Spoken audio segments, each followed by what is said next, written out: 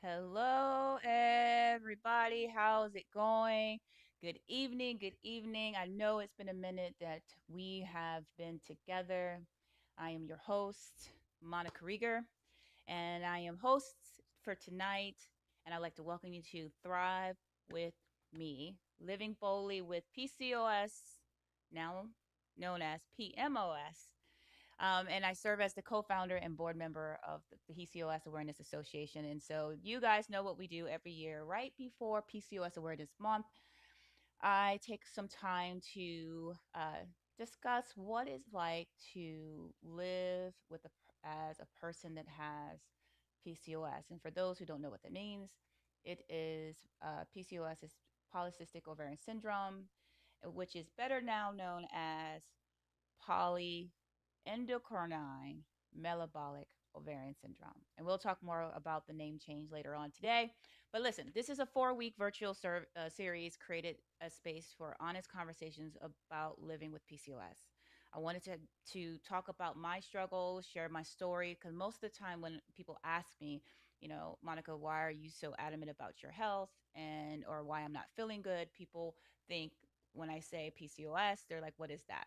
And so, what most people don't realize is that there's over 100 million women who are suffering and living with PCOS. And so, that all kind of equates to like 1 in 8 individuals who has this condition that we are struggling with, trying to explain it, trying to manage it, and live through it. And so, for the next 4 weeks, you're going to hear stories from individuals like myself, from friends, medical professionals, and health and wellness consultants around increasing awareness about PCOS and helping people feel seen, heard, and most importantly, supported. Because listen, when you're dealing with something that not everybody understands, like diabetes and breast cancer and heart disease, it is very challenging to put language to a condition that often doesn't always show symptoms that there's a problem. That's something that's visible. Now, before we begin, I want you to do me a favor. If you're tuning in, I need you to go onto Facebook or Instagram or on the YouTube page and make sure you share this live and invite someone who needs this information. Or if you're interested, if you're in my community and you love me like you say you do, definitely tune in and make sure that you take a few notes.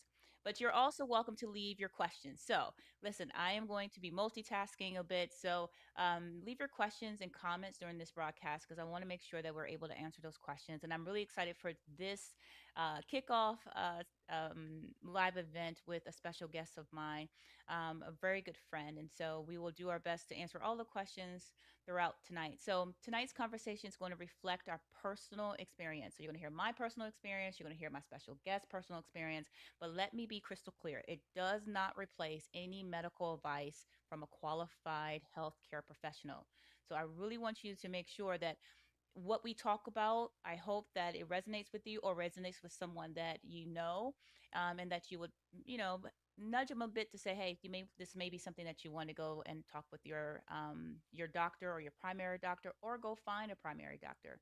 Now, the reason why I host this event right before PCOS Awareness Month is because I want to fundraise for my nonprofit, as I'm one of the co-founders of PCOS Awareness Association, and I created a crew called the Thriving Crew, right? Because we don't survive PCOS, we thrive living boldly with PCOS. And so my goal is to raise additional $250. All money is going to that's donated is going to go to supporting awareness, education, advocacy, resources, and programs for people who are either affected by PCOS or they have a spouse or family member. We want to make sure that we are educating individuals, providing resources that you may not have considered. And in order to do that, it actually costs us to do that. So you may donate or join the Thriving Fundraising team. So if you're looking for a fundraiser for the fall, make sure you tune in. And I want to make sure that you and I, have good conversations around what's important, what's I don't know, what's necessary in the space. So at the very bottom right here, you'll see the link. You can go to bit.ly/thrive with me 2026, and you'll go straight to the donation page. Every dollar matters. It all counts. It doesn't matter. So tonight, I hope we'll make that $250. I need 10 people to donate $25. I know you can do that. Yes? Yay. Listen up. So now, my special guest. I'm super, super excited about my special guest. She is a pillar in her community. She is bubbly, exciting, absolutely stunning, amazing. And her and I actually met in the pageant circuit. And so I am more than thrilled to have this young lady back on our stage to talk about her experience and hopefully bring some hope and encouragement to everyone that is again experiencing PCOS, polycystic ovarian syndrome, or now polyencrine metabolic ovarian syndrome. So, if you would do me a huge favor, and I have to make sure I do this right because, when you're the tech person, it just happens, right? Um, would you please make sure that you clap and send some hearts and all of that fun stuff to the Ethernet because we have with us tonight my special guest, none other than Rachel Roberts. Rachel, Hi. hey, hello, hello, hello, Hello. hello.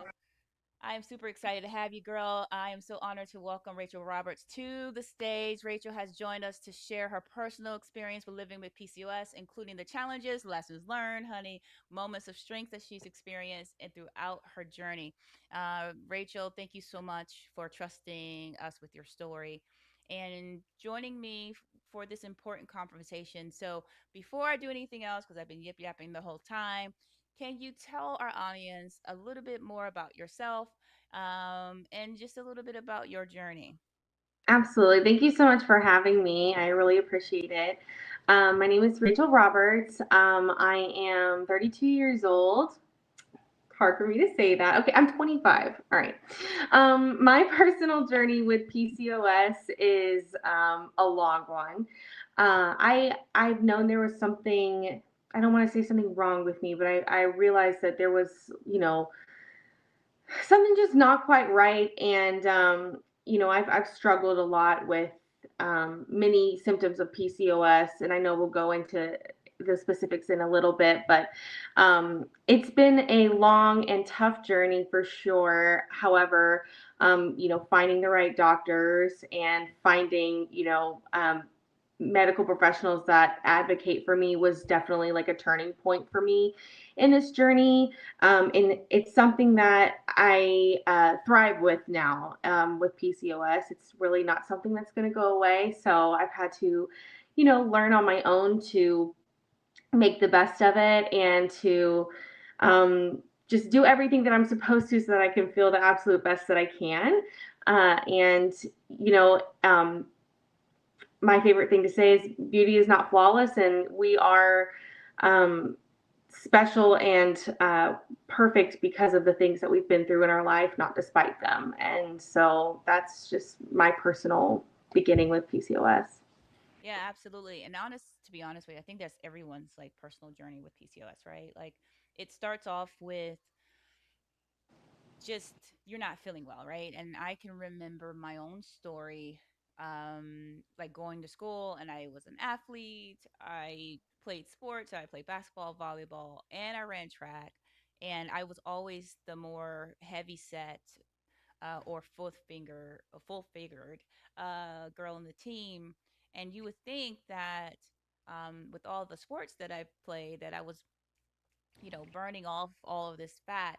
And I think in my own personal journey, I think I probably had PCOS when I was younger, but in 2003, I went and got a health checkup because I got my first corporate job, and I was like, "Yes, I have insurance." And she was like, "My doctor said, so do you have or have ever heard of PCOS?" And honestly, I didn't realize like at the time until later on that she was treating me for PCOS, but she asked me about my symptoms, like when did you start showing hair on your chin? Were you having your periods? And I was like, no, my periods would either be 6 weeks long or I wasn't having it at all. And because I was so exhausted from my period, I didn't care.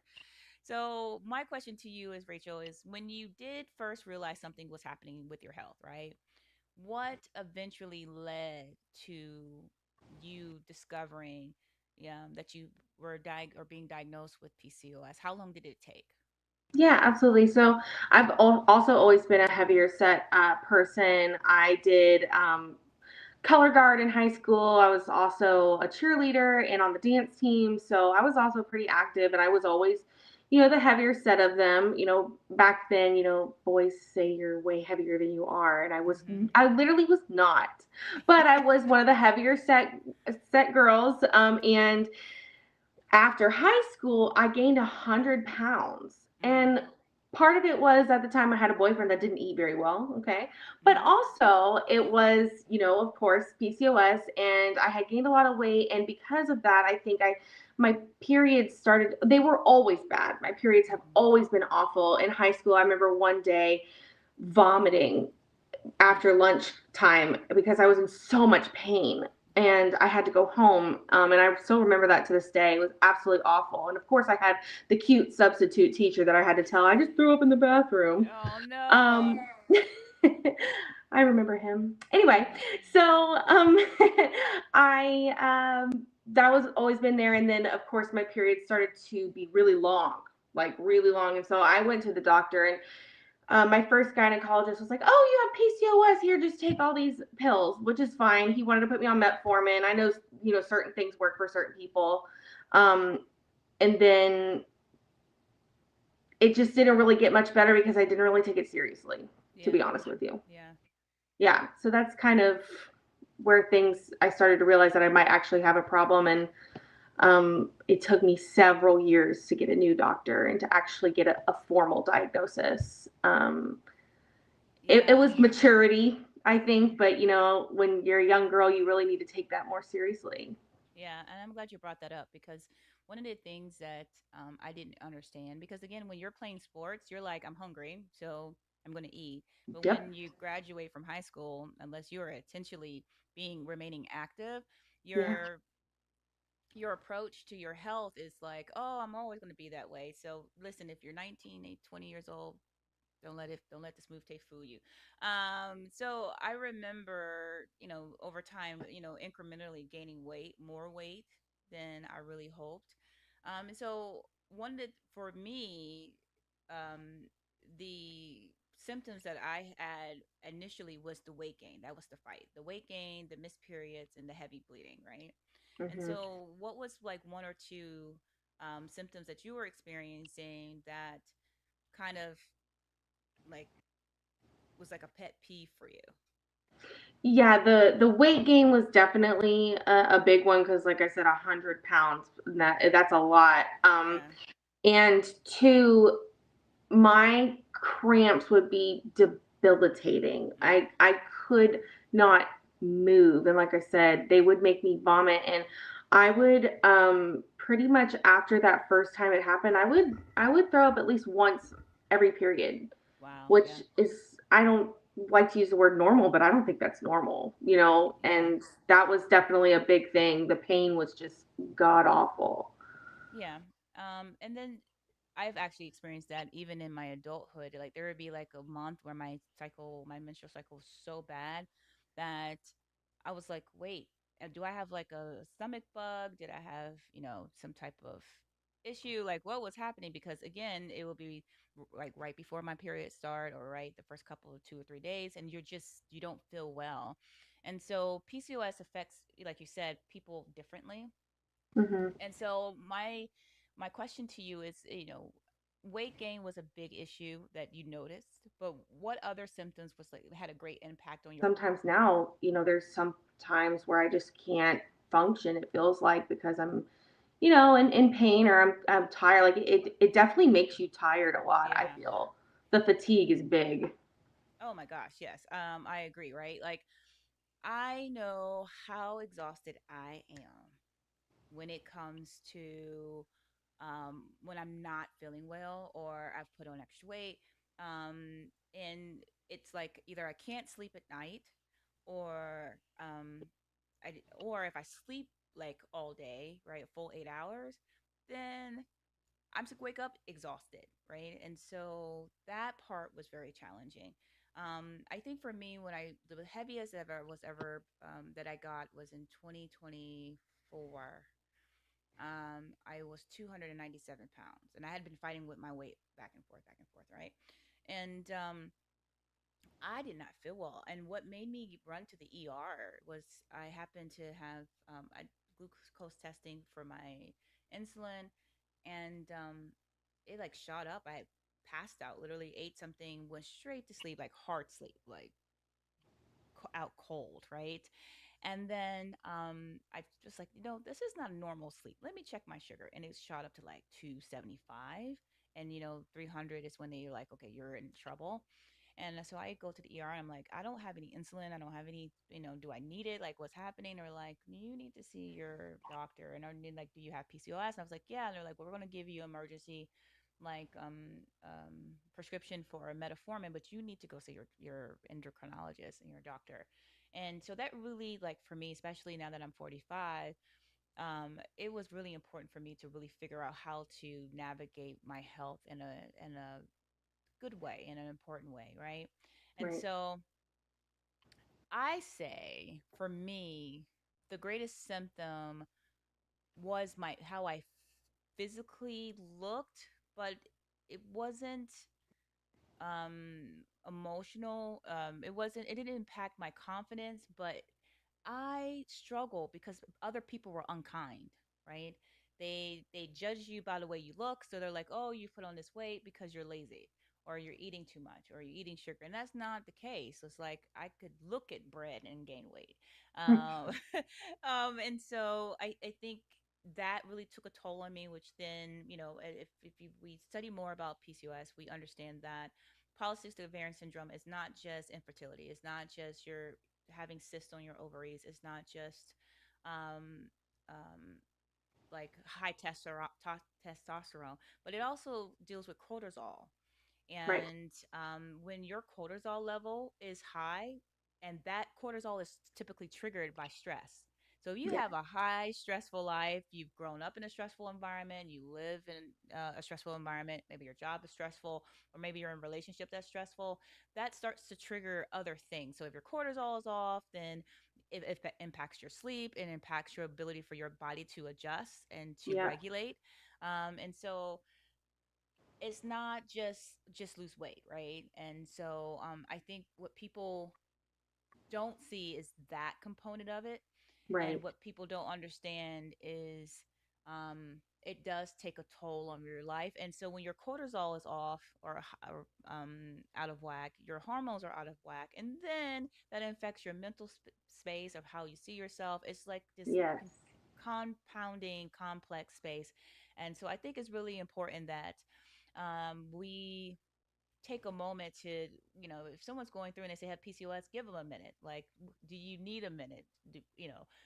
Be supportive with them. And so I do want people to understand in your mind, what do you hope that people understand about individuals with PCOS?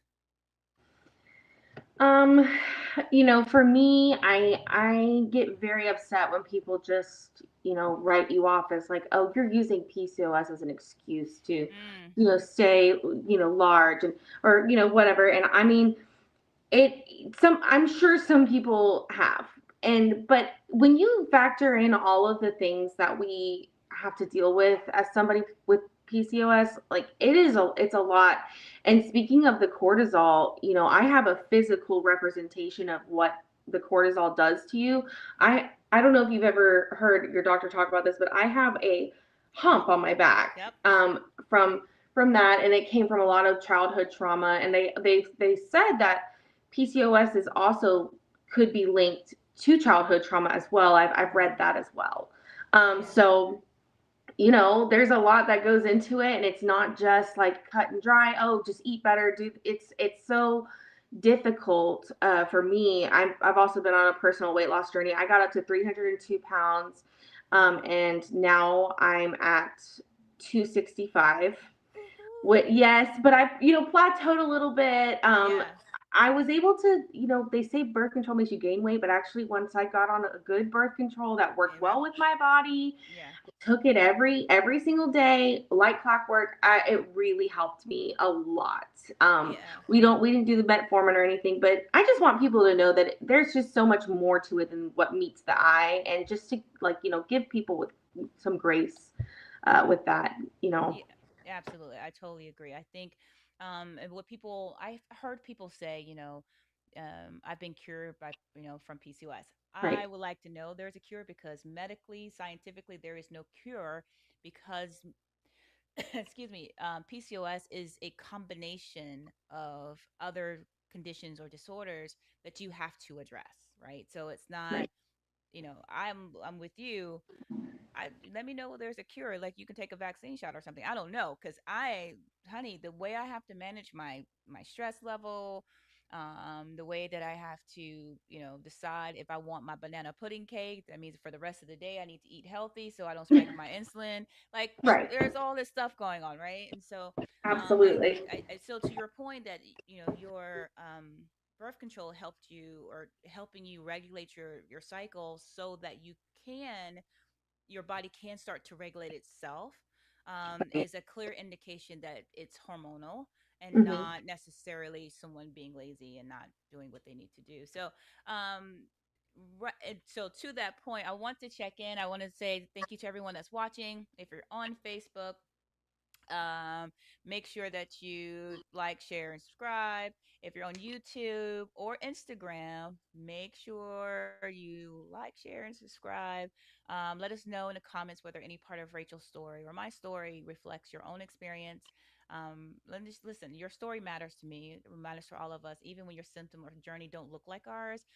Because in the next 4 weeks, we're going to talk about how PCOS shows up in different spaces and some of the, I like to call them cousins or sister conditions that may look similar, and how we can support one another. So make sure that you comment and let me know what how you guys are feeling. But to that point, Rachel, so as we were talking, like many people face dismissal and delayed diagnosis and incomplete information because, again, there's like a preconceived notion. So, when you were kind of looking for a new doctor, how have you learned to advocate for yourself during your medical appointments, and how has that helped you in your own research make informed decisions about your health? Absolutely. So, um, honestly, I did a little bit of doctor shopping. You just have to honestly find who works best for you.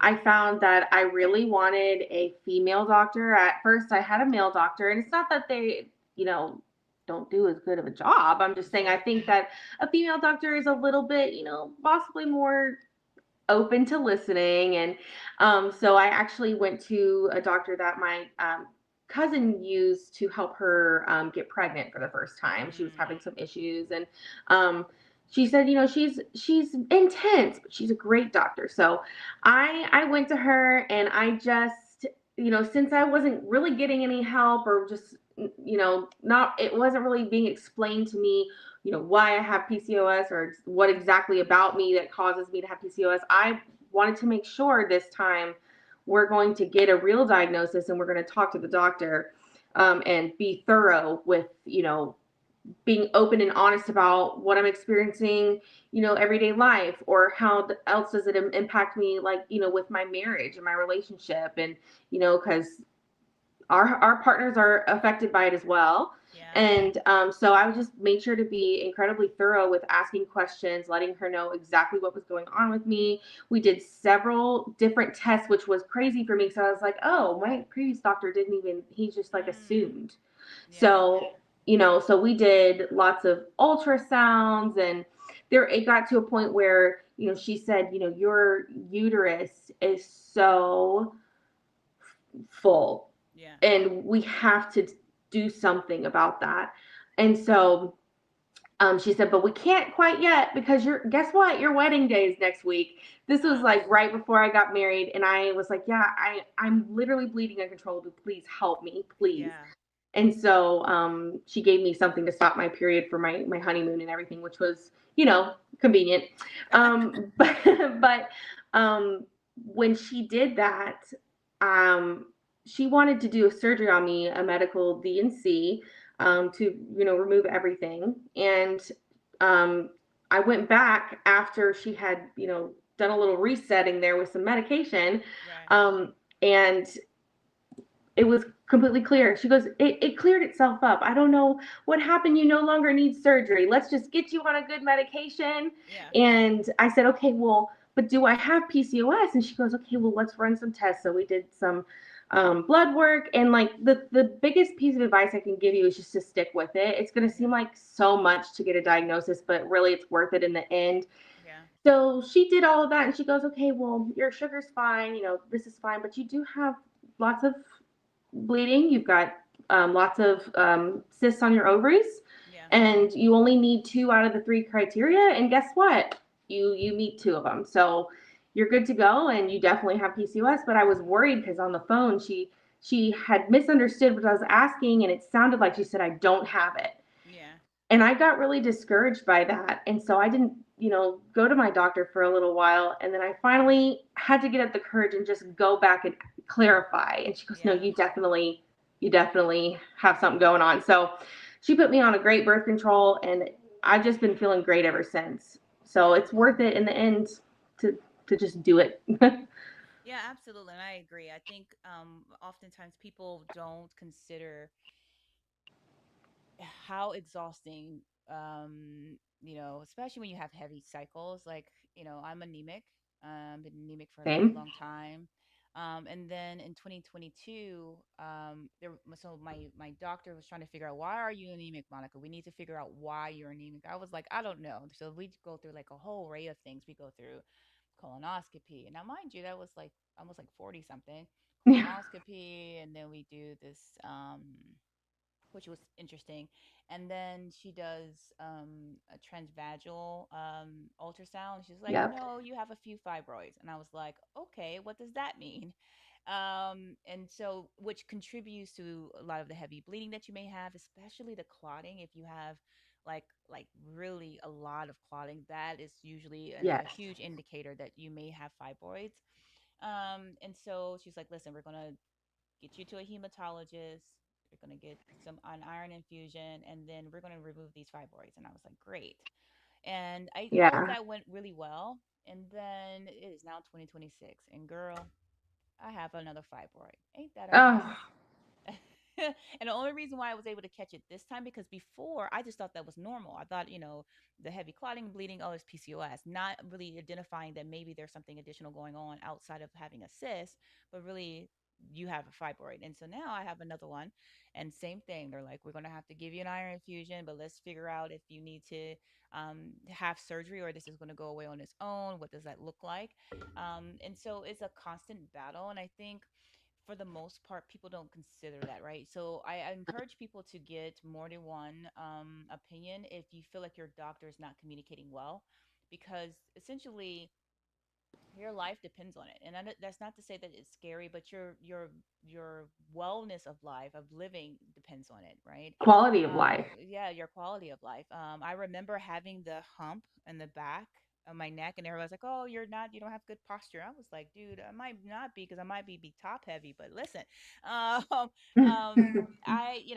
but now that I've lost about 60 pounds, um, the hump isn't as defined or prevalent. However, it's still a symptom, right? The darkening of skin, I still have the hirsutism where I have to, my waxing bill is a mess. And so I think that's something that people don't consider. There are women who have, beards, and it's not because they're walking around trying to be manly. They're not by intentionally by choice, but they're really are like, hey, this is because my testosterone is higher than it should be, right? They're dealing with androgen depletion, or they're inflamed. Like there's something going on, and we need to be a bit more gracious around that. Dark patches, sometimes having PCOS and your hormones not being in balance, well, it could affect your thyroids, or vice versa. It could be your thyroids affecting you, which is pushing into some type of PCOS. And so I think it's really important that that you ask the right question, but also track your symptoms. It is important for you to track your symptoms. Important for you to say, listen, I'm having my period for 2 weeks, or I'm not having it at all. I remember at one of the PCOS Awareness Association conferences, we had a young lady that traveled in, and it was the year that we did it in person. I think it was in California. And she said she hadn't had her period for 12 years. Now, I understand why you don't say anything about that, but here's the thing, that is not okay. And Right. I get it because none of us, oh, the whole cycle thing is awful. Like it, uh, it is awful. And so I think what she was afraid of, she's like, it was so horrific for her Hmm. that she's like, I'm glad that it's not on, I'm not having it. I'm like, you need to go see a doctor. And so luckily enough, we Yeah. had a reproductive doctor in, as one of our panel guests, and they were very frank with her. They were like, that's not normal and you need to get seen. And so it's important not to fear whatever the diagnosis may be, but to Right. fight for your health and your quality of life. So, is there any specific questions that you wish you should have asked your initial provider before going to your second doctor? Now there are questions I wish I had asked because back then I was pretty young and just like I said, didn't really take it too seriously. But I wish I had asked, why or what, what causes it, or what can I do to help me lose a little weight. He was very big on wanting to push me to get gastric sleeve, and I just wasn't like ready for that, Mm-hmm. and because I hadn't given it like the good college try, you know what I mean, Yeah, and yeah, I wish I had asked just more general questions about what it is in general, because I think I had these misconceptions about what it was. I thought mm-hmm. that maybe it was just like, oh, I'm just, bleed too much or something. And it was really, obviously a lot more than just that. So yeah, I wish I had asked like if do I have options? What can I do besides birth control? Which I'm okay with that. It is really helping, so I'm Yeah. totally fine with that. And speaking of not having any periods at all, me personally, my doctor, she says, oh, you can just continue your pack. You don't have to take the placebo. I like having a period. I do. I like having it. I know it's coming, and it just makes me feel good. So like hearing somebody not having a period for 12, what did you say, 12 months, It's 12 years. 12 years? Yeah, I would feel like I was, definitely something wrong. So, you know, um, I would definitely have asked more questions about like why is this even happening to me? Because for a long time I did think it was my fault. Yeah, yeah, And that's something that's sad. A lot of people experience that. and I think it is more detrimental, especially with the pressures of reproducing, right? Yeah. You know, I can, this is definitely for another next week or week or next or following week sessions, but I'm such a huge advocate for women to choose, right? It's our bodies. We know, I've been a woman for 45 years. I know what it takes to ensure that I'm healthy. Just provide the resources, that is important. And then the other thing is there are many women in the world that cannot have children. Right. And so saying that they're less than because Right.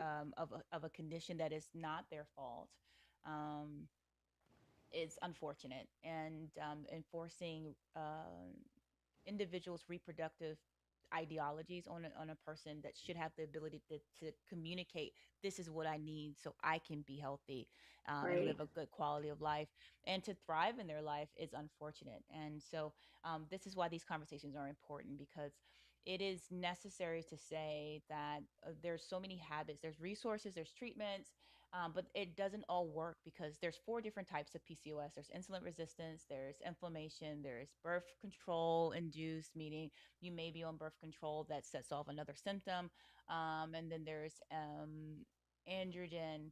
Um, it's a combination of androgen and inflammation. And Hmm. so I'm typically insulin resistant. And so what that means is that my blood cells, if you eat something with sugar, there's a spike in your glucose, right? And so your pancreas will say, hey, register as if there's a spike in your glucose. Your blood cells need it, so it produces insulin to regulate your body. Well, your blood cell is supposed to absorb that to regulate the glucose. And if your blood cells are resistant to recognizing that there's insulin in your body, Right. then it goes into what a quote unquote starvation mode. So your blood cells are saying, hey, you need food, you need nutrients, but it's not recognizing that your pancreas is producing all this insulin. And so what typically happens at that point is your body's is starving. Your pancreas is producing all this insulin, so it starts to store it as fat, and so that's Right. typically why women who have PCOS tend to store fat around their midsections, is because your body is probably not or your blood cells are not sensitive enough to recognize that insulin is actually being produced by your pancreas. So and then it throws off again, it shoots up your cortisol, then it goes into that whole awful cycle that everyone has to deal with. So I think it's important to say, how can we help, right? There's and it impacts how you feel, how you see yourself, and then of course I'm 45, so I'm entering this space called period menopause, which is disrespectful. So I I have the hot flashes, the night sweat, and I have the nerve to have PCOS. What kind of foolishness is that? At least you look good, though. Girl, I'm I want to look trying. like you when I turn 45. I'm trying, honey. It's the lots of water and putting boundaries up, right? I have become a huge advocate about how I handle relationships and Mm, people. And it's not because I don't like people, because I do, but I have come to understand that if I don't set boundaries throughout my life, then I'll go into stress mode. And we just talked about how yes. stress will impact my physical being, right? It's exhausting. I'm tired. Thanks to therapy, it has helped me to understand when it's a them issue or a me issue, right? And sometimes we take on burdens from other people that Yeah. doesn't belong to us, that impacts us, right? That weighs us Right. down. So it puts us in a state of anxiety and worry and all these other different Definitely. things. So thank you so much. But yeah, it's been intentional. Like I have been intentional about each area or quote unquote symptom in my life to ensure that I'm not just, making sure I'm taking the medications I'm supposed to take the supplements I'm supposed to take, but also being intentional about the relationships I'm in, setting the appropriate boundaries in my relationships. Some people have been moved from friend to associates because you don't qualify to be my friend. I love you, but Oh, well, here's the thing: you want people in your life that can one that they can meet the expectation based on their capacity that they can offer, right? So I right. may have an expectation of a friend, but that doesn't mean that they have the capacity to meet it. So let me adjust my expectations, set the boundary, and then is a win for everybody. They can show up the way they need to, and I'm not disappointed when they can't. Does that make sense? So Absolutely. so I think that's important. So it's not just your physical health, like getting into the gym is absolutely important. Getting on the treadmill, walking. At minimum, I like to weight lift, so that's the thing that helps me, because me dying on the treadmill is still not cute. Uh, Ugh, the worst. but right, but I think it's important that we take care of our emotional state, and part of that is being intentional. And Hmm. sometimes, to your point, and I'm so glad you said it, that I have childhood trauma as well, and so I'm not. I don't. Parents do the best they can based on what the information that they Absolutely. have. And so, taking the time to go to therapy to unpack some things is absolutely worth the effort and the time, because it does impact who you are. And so, on that note, I wanted to ask you, like, what role do you think community has played in your journey as you discover who Rachel is, and a woman with PCOS, and she's lost weight, she's still embodying, embracing her boldness. Like, what has community? How has it helped, or not? Yeah, I mean, well, my mother also, she's never had a formal diagnosis. I mean, when we realized that she may have it was Mm-hmm. when I got diagnosed, and Mm. so um, just like seeing what she's been through in her life, like I remember I have some trauma from back when she would get really heavy periods and she would just like it was so just awful for her Yeah. and debilitating for her. She couldn't like, do things. So, just like, just seeing that example of like what I want to do differently for myself did help. And she's been so supportive because she knows, what I've been through and what I'm feeling.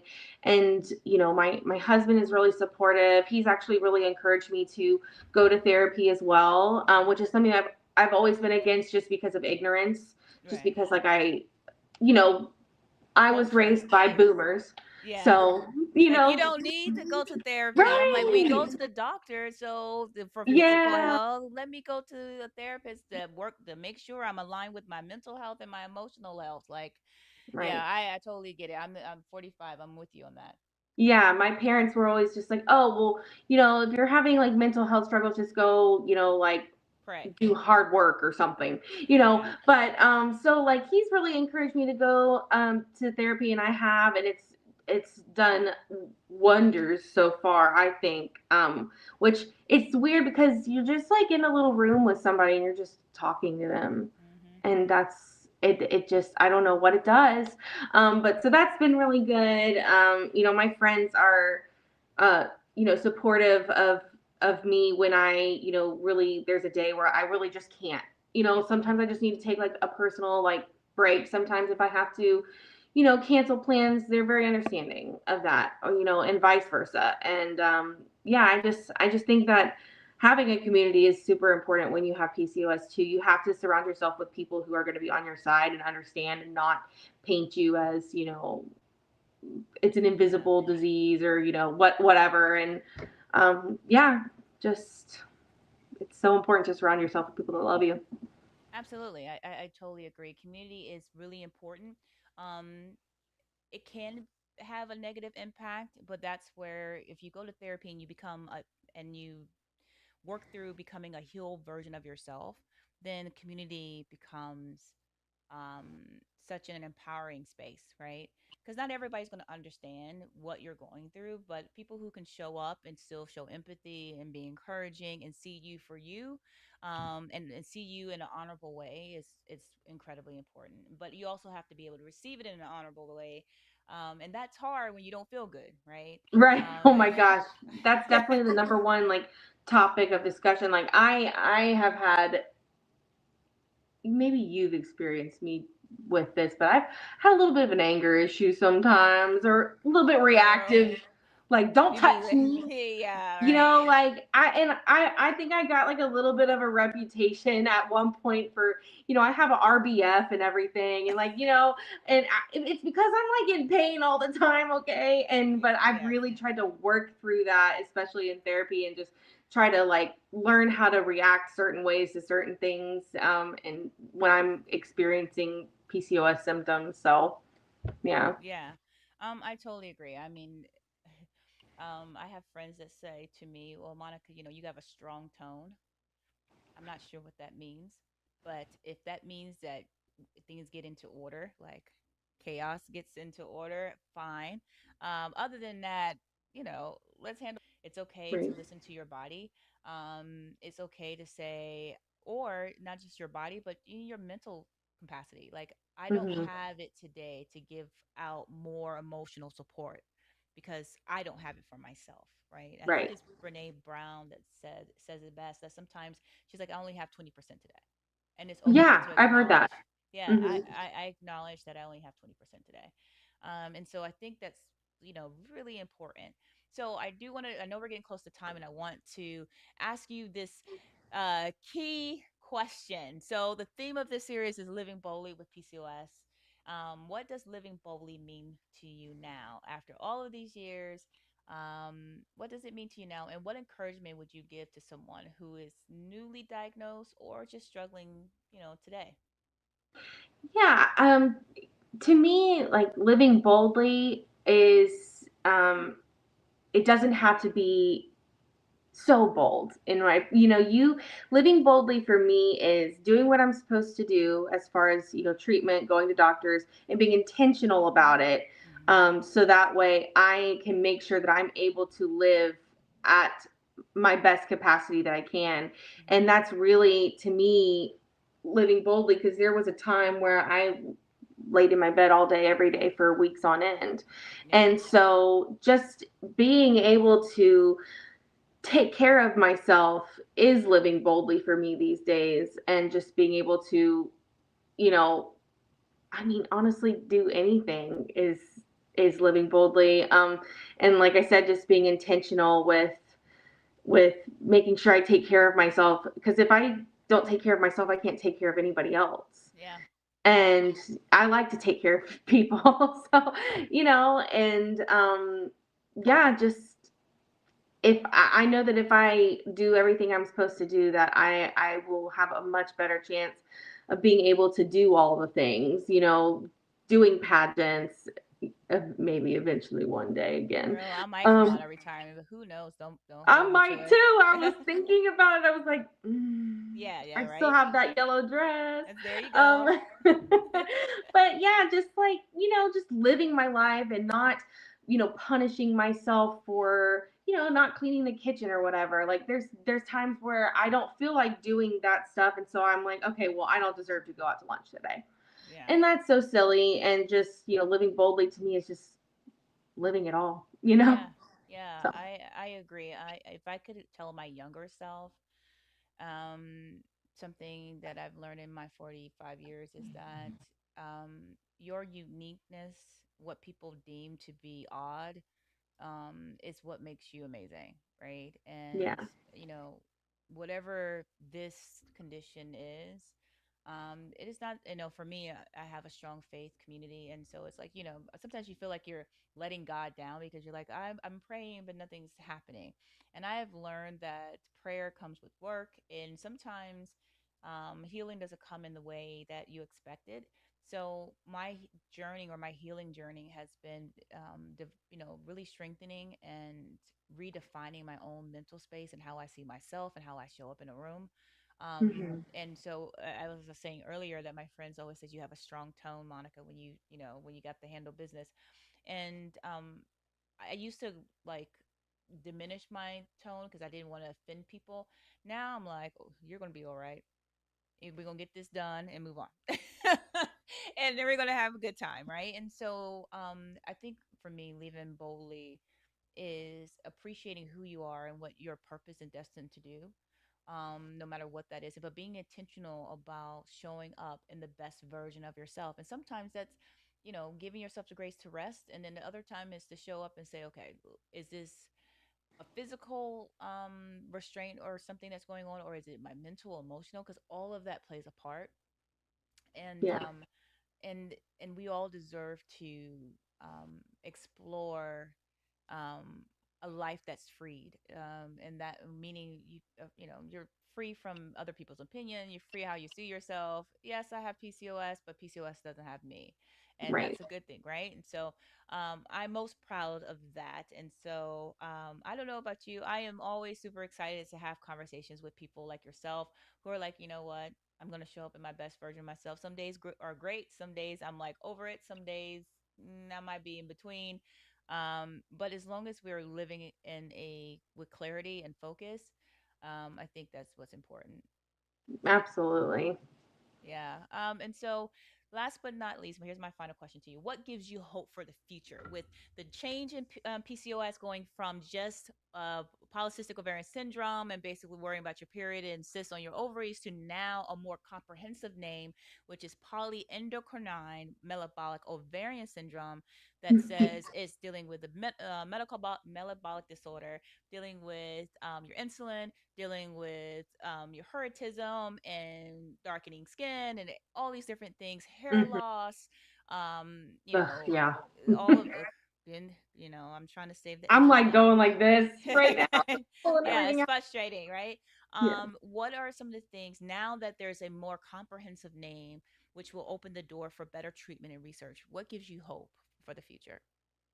I think, um, because there isn't a ton of research for PCOS. It seems like there's more research about, men balding and, Yeah. and so I'm thinking now, hopefully, because there's a name change, there's attention on it. right? Yeah. So like because they decided to change the name, people are kind of like, oh, what is that? So my hope is that people hear it, and are seeing it and are hopefully, asking some questions that they need to in their life, and be like, maybe this is something I have, and hopefully more people, there's a lot of women that have it that don't know. And Yeah. I'm hoping that this is something that pushes women to go and get checked, or hopefully it inspires more funding for research. Yeah. That was the first thing I thought of when I heard that. I was like, okay, well, there is definitely hope for more eyes on this issue. And that to me is like where we need to start, I think. And Yeah. start trying to figure out exactly what causes it, and maybe hopefully one day, even if not a cure, maybe some better options for treatments. Yeah, absolutely. There's GLP-1, which I'm on, that has been helpful. Actually, I'm on a different version. This is like my second version of it. That has been really great to help with PCOS, but they don't tell you all the symptoms around that. But that's another live that we'll talk Yeah. about that, because it is important that it is an option. It is helpful, but there are also some things that we absolutely have to do. If you're going to get on GLP-1, you need to make sure you get protein every day. Yeah. And even if you are a woman with PCOS, you should be getting 150 grams of protein per day. Definitely walking, trying to drink spearmint tea that is supposed to help with your cortisol naturally. So it takes time, but I do think it's important that we have these open conversations, because only like 0.002% of research money is going towards PCOS. And so we have to change Yep. that. So I'm hoping that with this name change, and really doctors are really trying to understand that this is a complex condition and it's not just one thing. So, Yeah. Rachel, listen, thank you so much for sharing your experience so openly. It's like, having tea with your girl. I absolutely think you're amazing. And let's see if I have any comments or questions in the chat anywhere. Let's see. I think not. I think we are jamming and we're answering questions already. But listen, make sure you reach out to Rachel if you have any questions. Reach out to myself. But I do want to take a moment to talk about this great place called PCOS Con. So, as you know, I'm the co-founder of PCOS Awareness Association, and we're hosting our virtual conference. Last year it was in person. This year it's virtual on September 26th, PCOS Con. Make sure you register. Go to www.pcoscon.org to get your registration. It's a full day. We have 28 speakers, and we're going to talk about PCOS, from nutrition, physical movement, supplements, life in infertility opportunities, and then talk about the name change and how this is helpful, and take some of the questions and answers in this space. So I want you to make sure that you follow us, and make sure that you subscribe or check out www.pcosaa.org page, because we are constantly updating our website with resources. Follow us on any of the social media platforms, because listen, we have clips of conversations around physical symptoms, emotional impact. But this year is even more critically important to us, because we're dedicating our PCOS Con conference to a young lady that was our ambassador for 10 years. And when I say to you, PCOS does impact your mental health, it does, because we lost Chrissy to suicide. And so don't take it for granted that if your friend is struggling and they have PCOS, ask them, call your strong friend, and support them. And so this is why we're here. It is not just a physical challenge or struggle. It does impact you emotionally. It does impact you mentally, and so this is why it's important. So that means that, check it out, um, we are coming to the stage next week, because I'm only here for 4 weeks, you guys. Is next week at the same time at 7 p.m. Eastern Standard Time. Another Thrive With Me series. I don't know who we're going to have. Well, I do know what we're going to have for this virtual live, but I'm super excited that you hang out with me. This is a way for us to talk about PCOS. that we're not surviving, right? We're not trying to outlive it. We're thriving in it, right? And I hope that this encouraged you. I am stupid excited that my girl Rachel decided to come hang out with us today. So thank you, Rachel, for making sure that we share our stories, right? This is what we do.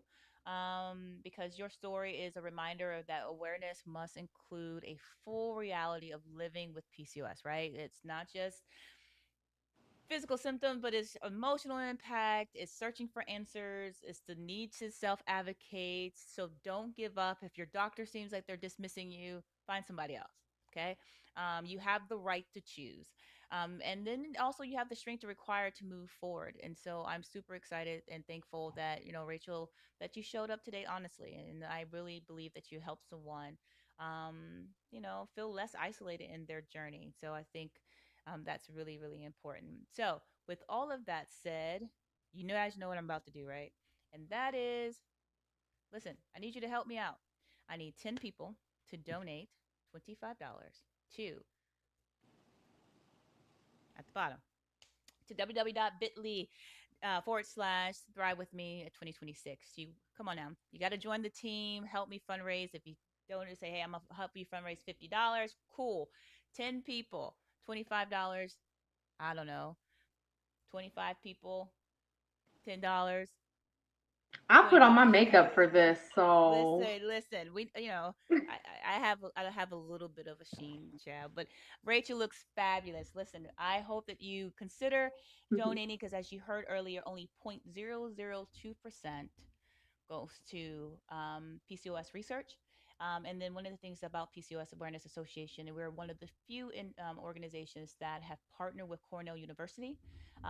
Their particular ovarian lab called Lugen Labs that is currently doing research, and we've been working with them for about 5 years, and they're shortly here will be coming out with their findings around PCOS and reproductive health. So help us out. I hope so. Yes. So with all of that being said, listen, this is so much fun. Thank you, Rachel, so much for joining me tonight. And Thank to you so everyone much for having watching, me. of course, thank you for your support, your comments, and your willingness to have these important conversations. Now, remember, please follow and support PCOS Awareness Association tonight. Make sure you share tonight's broadcast because, again, Rachel put on makeup for this. Uh, and join us for the next Thrive With Me conversation, which is next week at 7 p.m. And remember, your diagnosis is part of your story, but it does not define the full measure of your life. So continue to advocate for yourself, honor your body, and live boldly. Good night, everybody. I appreciate you. Thanks, guys. Bye.